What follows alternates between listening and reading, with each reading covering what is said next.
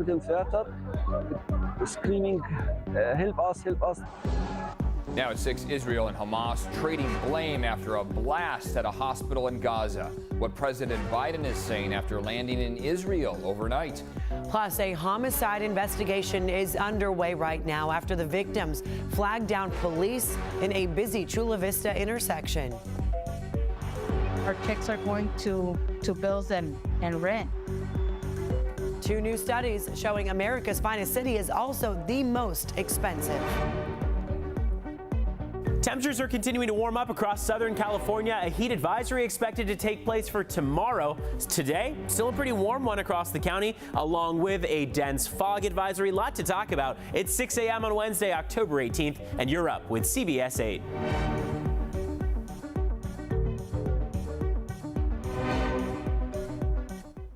We are going to start this hour with breaking news. Right now, firefighters trying to figure out what sparked 4 different fires, all in the Fairmount Park area. The first one broke out along the northbound 805 near the 15 just before 5 a.m. There were 3 other fires in the same area between the freeway and Azalea Hollywood Park, all along Juniper Street. All the fires are now out. An arson investigation is now underway. And traffic alert for you as well. At least 1 lane is closed on the 805. Firefighters are still on the scene there, so you can expect things to slow down in that area. Following more breaking news here, President Biden is in Israel, and this is a live look right now. We are expecting a CBS News special report when he does deliver those remarks at any moment. Glad you are with us. In the meantime, here at 6 a.m., everyone, I'm Eric Connert. And I'm Neda Irampour. The president landed in Israel just a couple hours ago. The stakes of his visit had really ratcheted up in the last few hours following that massive explosion that killed at least 500 people at a hospital in Gaza. Hamas blamed an Israeli airstrike, but Israel denied any role, saying a rocket from Islamic Jihad militants misfired inside the Gaza Strip. Based on what I've seen, it appears as though it was done by the other team, not you. But there's a lot of people out there not sure. In an earlier statement, President Biden said he is outraged and deeply saddened by the explosion at the hospital in Gaza. A summit with the leaders of Jordan, Egypt, and Palestinian territories has now been canceled, a decision one U.S. official described as mutual. The situation sparked angry protests in multiple Middle Eastern countries, including Jordan, Yemen, Iraq, and Lebanon, where the State Department has issued a do not travel advisory. And now over 3,000 people have been killed in Gaza, including those 500 people killed in that hospital. President Biden says he has directed his national security team to gather information on what happened in the deadly Gaza hospital blast. The UN Security Council has scheduled an emergency meeting today to address it. 1,400 people in Israel were killed in the attack by Hamas on October 7th, including 31 Americans. This morning, we are hearing from a Holocaust survivor on the war in the Middle East. 95-year-old Ben Midler was in and out of concentration camps from when he was 15 to 17 years old. He's the only surviving member of his entire family. He was targeted because of his faith. Even the violence he himself endured, he says, doesn't compare. He describes Hamas as barbaric. It's sad these Jewish people get killed for nothing. They went and they cut off the heads of children. That's unbelievable. He spoke with our own Jenny Day there, and his advice is to speak up against hate, choose love, choose happiness, and live in harmony. Well, turning now to some other news, another vote expected today after House lawmakers failed to elect a new speaker. Ohio Congressman Jim Jordan is the Republican nominee. He failed to get enough votes yesterday, with 20 of his GOP colleagues holding out their support. Jordan will need to flip at least 16 Republicans today to become speaker. The House will vote as many times as necessary until someone wins. And here at home this morning, Chula Vista police are searching for the person who shot 2 people, killing one of them. It happened yesterday afternoon at a mobile home park on Industrial Boulevard near Naples Street. CBS 8's Regina Urita live outside Chula Vista Police Headquarters with the latest on this investigation and what witnesses saw. Regina? Well, the Chula Vista Police Department has confirmed that this is a murder investigation. What we know right now, like you said, 2 people were shot and one of them is now dead. But police say they're still looking for suspects. As for witnesses in that area, they say a driver and a passenger in a white Jeep got out of their car on an intersection on Broadway, and they were desperately looking for some assistance. I was coming towards the intersection and I heard someone shouting, "Help me, help, somebody help." And that same witness says they got back in their car, started driving to nearby shops, trying to get someone's attention and still screaming, "Help me," until the police arrived on scene.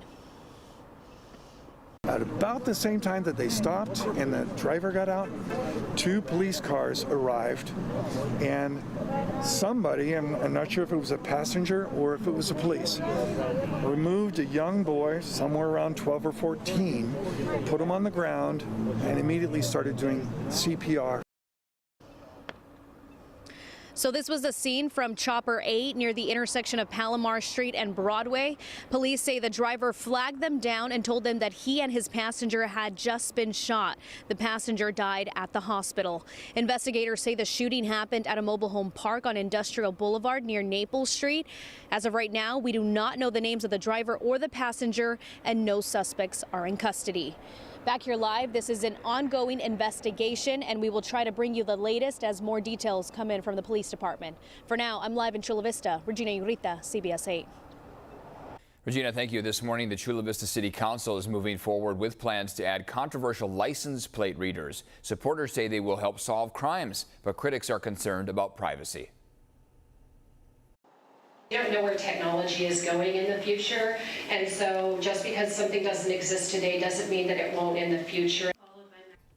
Among the speakers last night was the sister of Maya Miliete. Maya vanished from her Chula Vista home in 2021. Her sister says the cameras could have helped police.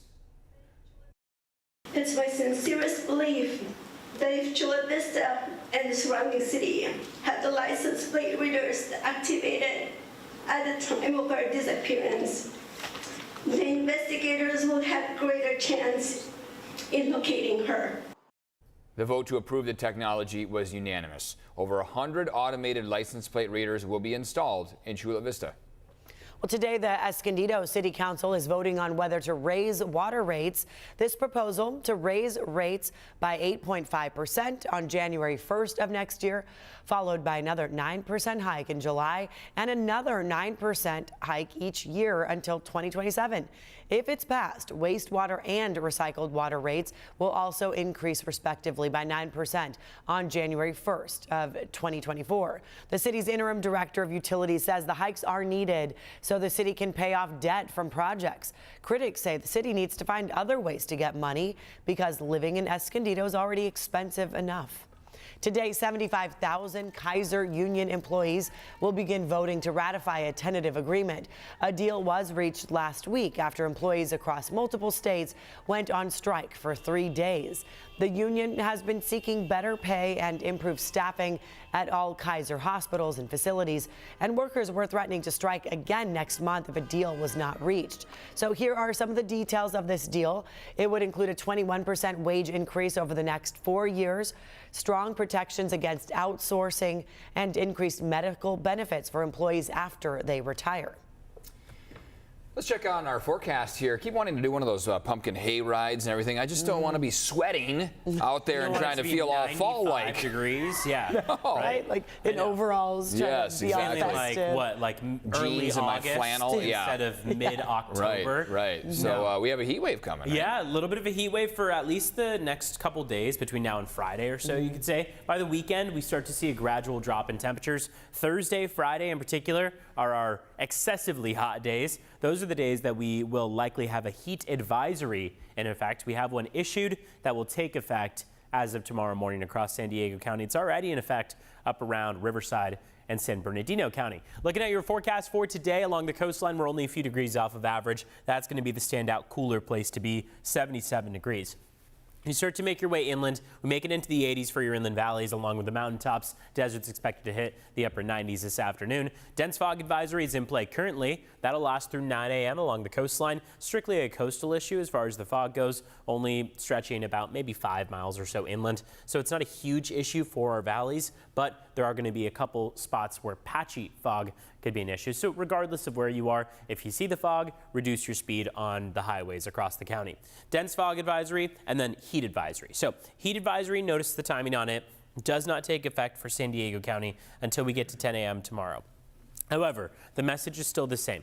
For today through Friday, you want to likely limit your time outside and in the direct sunlight. Make sure you've got plenty of water with you and find a place to seek shade, AC if you need it. When we look at your satellite radar imagery, we do see those clouds along the immediate coastline. Not all of them, way low down to the ground. So in some cases, that's just translating to overcast skies. But our Mount Soledad camera, pretty gray out there, so you can get an idea of just how foggy it is, at least looking from Mount Soledad. Sunrise comes at 6:55, another about 45 minutes or so before we'll start to see some of the light come through, and then that sunset coming at 6:12. Let's take a look at what we see as far as your border wait times out the door. So right now we're looking at the San Ysidro Port of Entry, 110-minute wait, nearly 2 hours. Otay Mesa Port of Entry going to be waiting about 50 minutes in total. So less than half of the time it will take you to get across the San Ysidro Port of Entry. More is on cbs8.com/traffic as far as what your road conditions look like across our San Diego County highways. Back to you. Thank you so much, Evan. It's still ahead here. America's finest city is also the most expensive in the U.S. We are breaking down 2 new studies showing just how hard it is to make ends meet here, plus what's being done to help.